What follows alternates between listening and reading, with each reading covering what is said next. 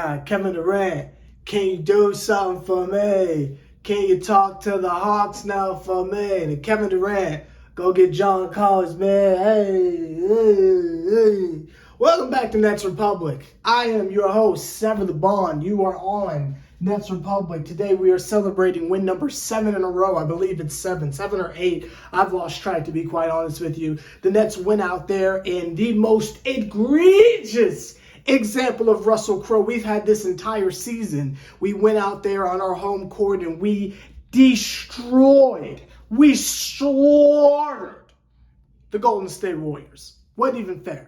I think we were up by 30 at one point. I took a picture of the TV after the first quarter. I believe the score was like 19-45. And then after the halftime, it was like 91-30 or some shenanigans like that. We were absolutely destroying them. It could have been a whole lot more, but we put the bum squad in there and kind of let them do what they did. I didn't really see enough minutes from certain individuals that I wanted to see in a proper blowout, but I won't really harp on that. I'm only here to speak on the positive. The Nets continue to win, and as we discussed in our last video, it's not the Nets' fault that our competition is absolutely trash. It's not their fault. It's not their fault that every time we play a team, they are without 5 of their best players. It's not the Nets' fault. We're just capitalizing on the situation. And if it were the opposite, if the Nets were losing to teams like this in the state that they are, we would be enraged, we'd be flipping tables, we'd be irate. So who am I to talk down upon them? I am simply going to shake their metaphorical hands and say, good job for taking advantage of the opportunities. They are all on their edge, you feel me? They're all on their Mr. Money in the Bank edge, and they're being the ultimate opportunist. And who am I to talk trash about that? I mean, I want to, but I'm not going to, because this win streak is so immaculate. They just keep winning games. They just keep doing it.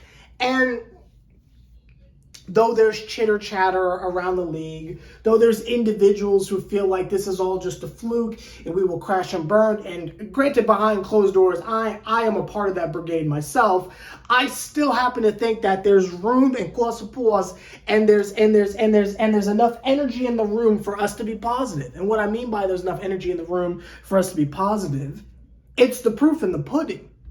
And yes, I'm throwing out cliches, but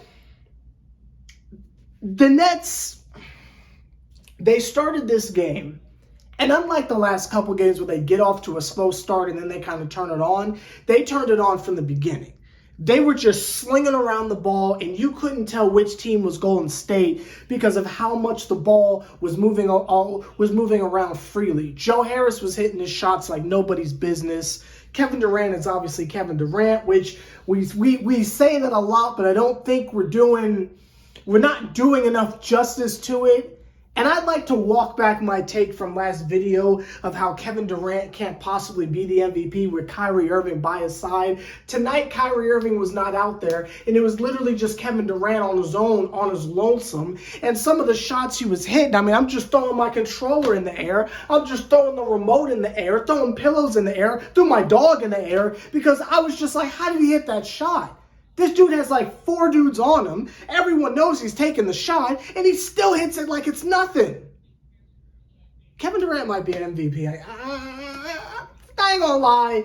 If it's just based on who's the best player in the league, I don't think there's any question that it's Kevin Durant. And that is a lot coming from an individual like me. And I study a lot of Jokic. I do. And that's not me trying to be on some hipster type shenanigans. I watch a lot of Jokic, specifically over the last month, because I don't know, I just wanted to see how is he getting these MVPs. He's gotten 2 of them, one back-to-back, Jordan 96, 97 on the cover of Lethal Weapon. I had to see for myself what was going on, what's he doing. So I've been peeping the highlights. I've been seeing what this man's up to.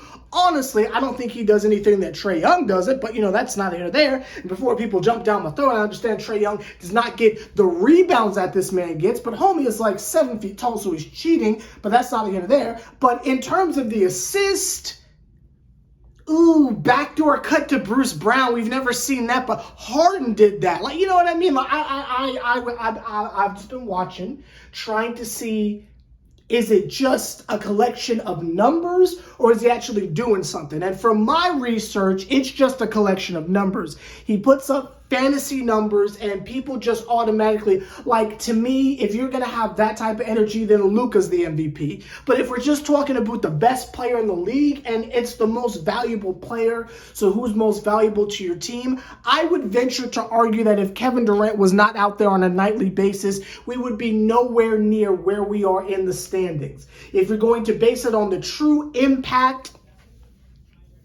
if you're going to base it on the true impact of what you have on the game as far as a player for his team, I don't see how it's not Kevin Durant. Without Kevin Durant out there, we ain't getting none of this off. And that's just factual. That's just factual. And I think everyone knows that. I think they're just trying to spread the wealth a little bit. I'm not really sure. Because how can you watch a Brooklyn Nets game, regardless who we're playing, look at what Kevin Durant's doing and not say, well, that right there is the reason why this team is doing what they're doing? Because we've expressed on multiple occasions at times where it's a classic example. When it was just Harden and Kyrie Irving last year, we lost 11 straight games. Because Kevin Durant was not out there to get the situation done. Now, I personally believe that there was a point, I'm not going to get my pro Harden take off, but I don't believe Harden was trying. I think he was trying to get out of there. But regardless, the engine that makes the Nets go, you feel me, is Kevin Durant, the tank engine. So therefore, I'm going to walk back my take. I think even with Kyrie Irving out there, which he did not play tonight because of some calf strain or something like that, Kyrie, take your time. It really doesn't matter. Take your time because KD got it, and KD is carrying. But everyone was playing well. Royce O'Neal was hitting shots early on. Claxton is getting better and better and better. Some of the shots he's able to do, his touch around the rim is absolutely fantastical. Patty Mills, when he got in the game, he immediately started going off. Shout out to Patty. I happen to think that Markieff Morris was playing well. TJ Warren, for as much as I like to make fun of him because he can't jump higher than 2 inches, I think the man played very well tonight, handling his business, doing what he's out there to do. When Kevin Durant clearly needs a rest, when we've been driving him into the ground and it's the fourth quarter and we got the lead and the bum squad on the other team is starting to come back, he held it down. He continued the scoring onslaught. And that's exactly what we need so that our starters can get the rest that they deserve. I thought everyone played well. And even though we played against a team that did not have Steph Curry, that did not have, who's the other dude? Klay Thompson, and just had Draymond Green, and Draymond really didn't play much, I happen to think they played well. I will say something else. I don't want to hear any more about this Jordan Poole dude. Like really? I don't want to hear any more. And I know I don't pay attention to any other team that's not the Hawks or the Nets, but I just hear so much chatter about how amazing he is. Where was that tonight? That's what I want to know. Where was that tonight? Because I'm sitting here like, okay, we finally get to see this bum. What's he capable of? And I just see trash cans. What is so great about him? Do I need to do a little research on him? Am I missing something? Because he looks like a bum to me, but that's neither here nor there. But I'm getting off topic. I'm getting a little bit off topic. It was a great game. Everyone played well. Ben Simmons had a cool alley-oop that he was on the receiving end of the alley-oop. Ironically, TJ Warren threw the alley-oop basically from half court. Ben Simmons caught it, got the dunkity dunk, and KD got a technical for celebrating, which is weird. We're the NFL now, but that's not here or there. Everyone played well. As far as the Ben Simmons things go, I'm going to lay off on him for a little bit, at least until we lose another game. Because though I think he should be contributing more, the numbers that he puts up are still pretty good. I mean, he'll give you like 8 assists, 10 points. That's just what we need from him in terms of moving the ball and doing whatever it is that he does on defense. I don't really see what he does on defense, but doing whatever it is that he's doing. Because whatever he's doing is contributing to winning. And today he was pushing the pace a little bit, getting the fast breaks, moving the ball. So I suppose that is worth whatever it is he's making, I guess. Personally, I could really do without Ben Simmons. I don't see what he does. But, we're winning, so, yeah. And I feel that way with a good bit of the roster. Whereas individuals are kind of looking for trade scenarios because now it's trade season or something like that. I I don't think there's a reason to do anything. I don't really think the Nets particularly need anything. Even in the small ball department that we run, I don't really think the Nets need to switch anything up. Now, obviously, when we go up against teams with dominant centers, that's going to be an issue for us. But look at how they were able to guard the tall dude on the Warriors today, whose name I don't know. Not Kuminga. Who's the tall guy? I don't know his name, but the tall dude that was scoring all those points on Ben Simmons because Ben Simmons allegedly plays defense. That dude, the center, whoever, Wiseman. Homie with the black eye. Wiseman, right?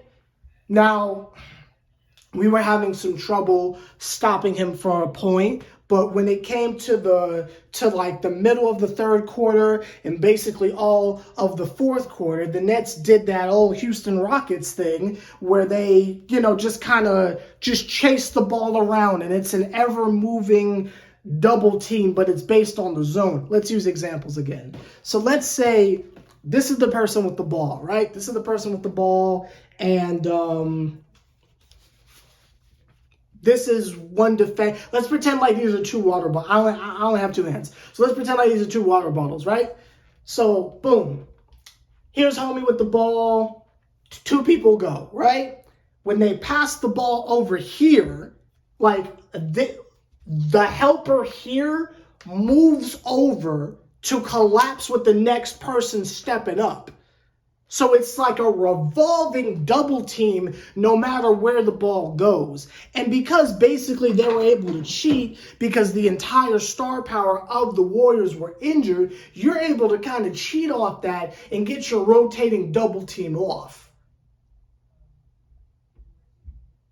Not only that, but they have hustle on their side because they got the junkyard doggy dogs. And what I mean by that is even if they were at full health, I believe the idea of a rotating double team, especially for a big down low, they're going to be able to get away with that because they hustle so much on the defensive end. If you did not get a chance to watch this game, I really suggest you watch the first two quarters. The defense was smothering, and it was a bunch of different combinations of looks. It wasn't just the rotating double team we just did an example of. They had a myriad of looks and different schemes defensively.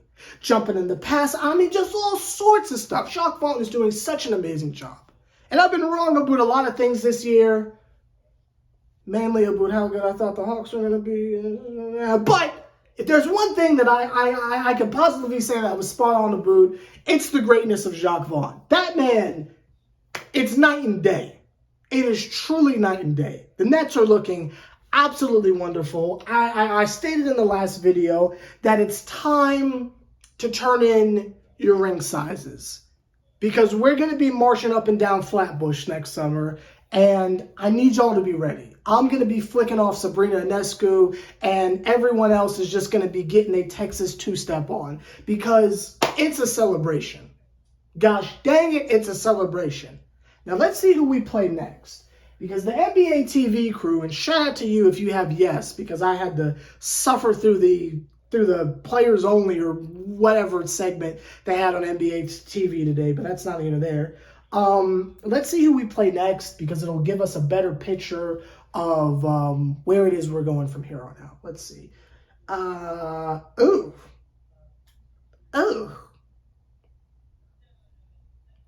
making the stank face for two reasons. One, we play again on NBA TV, so that's going to be disgusting for me. But y'all, we play the Milwaukee Bucks. Ooh, that's going to be a test. But with the way that we have been playing, with the amount of luck that we've had, I wouldn't be surprised if Giannis and Chris Middleton sit out. Because it seems like every time we play a team that I think is going to give us some trouble, half of their starting lineup is out. But assuming they're healthy, this is going to be a test. This is going to be a pretty serious test. And I vow that win or lose, I'm going to be constructive with my criticism. Because now I'm on board 1,000%. I'm on board 1,000%. This is the year. We're going to get it done. This is going to be the end of a crazy chapter. And when they come out with the DVD of how it is that we won the championship this year, and they start going over all the stuff that's been going over the last 3 years, there better be a cameo from the kids sever the bond. Because I've been holding this down, but that's not here or there. But I am on board. I am on track. I'm all in. So even if we get annihilated, I'm taking away the positives. To my knowledge, they should be fully healthy. Assuming Kyrie doesn't do any post-game interviews, he won't get canceled or doesn't tweet anything, he'll be fine. So we will be at full strength. So we'll get to see what happened, even though I feel like we faced them at... No. Last time we played them, last couple times we played, because I'm thinking of preseason too. Last couple times that we played them, Chris Middleton wasn't there. And I believe Mr. Christopher is healthy now. So this will be a pretty serious test to see where the Nets stand. With the defense they've been showing, I don't see why we won't be competitive with the Bucks. What I'm worried about is not Giannis, because KD will do his stuff, he'll be fine. What I'm worried about, not Chris Middleton, because we got Ben Simmons. He'll shut him down. We'll be fine. What I'm worried about is who is going to stop Brook Lopez. Now, assuming he's healthy and he's not hurt, something about bigs that can shoot the three always eat us alive. Hopefully Claxton is ready for the assignment. Hopefully Claxton knows what to do. As long as that assignment is handled and someone's watching Bobby Portis, I think we'll be fine. Personally, I think we'll be fine. But this is a very serious test, and I think the Nets are aware of it. I think the Nets know that this is a big test too. Something about the way they were playing tonight made me think they were gearing up for the war. The fact that Kyrie didn't play gives me the impression that they're gearing up for the war here. Because as we've discussed on multiple occasions over the last really 2 weeks, there's really no one in the Eastern Conference that we really need to be concerned about outside of Milwaukee and Boston. I think at full strength, we can take out the Celtics. I need to see if it's going to be enough for Milwaukee. Now, in regular seasons past, even last year, we were able to beat Milwaukee, and it didn't really seem like it was that much of an issue. I feel like the only reason why we have a respect for the Bucks is because of the second round series. But what we forget to really sprinkle in the equation is that they beat us because we only had Kevin Durant. Kyrie Irving was gone, you feel me, after he was purposefully injured in Game 4. And James Harden was on one leg. Whenever the two of them are out there, when I say the two of them, I'm talking about 7-11. In the regular season of last year, we normally handled our business. And that was with James Johnson and them. We saw in the preseason what we were able to do to them. I mean, even the Hawks were slapping them around in the preseason. I'm going to be confident. I think that we're for real. I think we've unlocked something. And I think we'll be fine. If Milwaukee can't get past the Cavs, then we should be good. We're just as talented, we're just as young, and we got Kevin Durant. The combination of him and Kyrie alone seems to be the weakness of the Milwaukee Bucks. But you add Ben Simmons in there, Claxton's playing how he's playing, Joe Harris off the bench, Seth Curry, TJ Warren. So, you know, even when the stars go on the bench, it's not like there's no more scoring. Cam Thomas can get his stuff off. You know, you got Sumner. No one can stop him. You feel me? Drew Holiday might try to put the clamps on Kai, but can he keep up with Sumner? I don't think so. I don't think so. We got Patty Mills. You can break the glass on him. I think we'll be fine. And I'm choosing to be positive, and I'm saying it right now. We will beat the Milwaukee Bucks.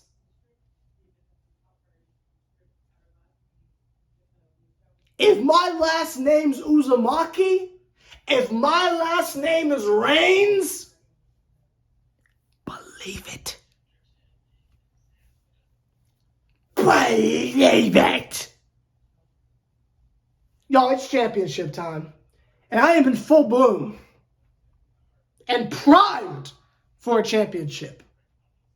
Let me know your thoughts down below. What do you think? Well, what do you think of tonight's blowout? And do you think we have a chance against Milwaukee? I think we'll be fine. I think if the Nets are as serious as we appear to be and are as coherent as we appear to be, there should be no problem. I think we have way too much respect for Milwaukee. Considering they barely beat us and all we had was KD, we give them way too much credit, like we don't be slapping them around in the regular season at full health. Because I stand by, if they would have, you feel me, if we would have been healthy, that's a championship. But that's not here nor there. I'm Seven the Bond. You're here on Nets Republic. We're really close to 900 subscribers, like maybe 12 subs away. So keep telling people about the channel. We're like real close to 900. I'll see y'all on Friday. Gaga.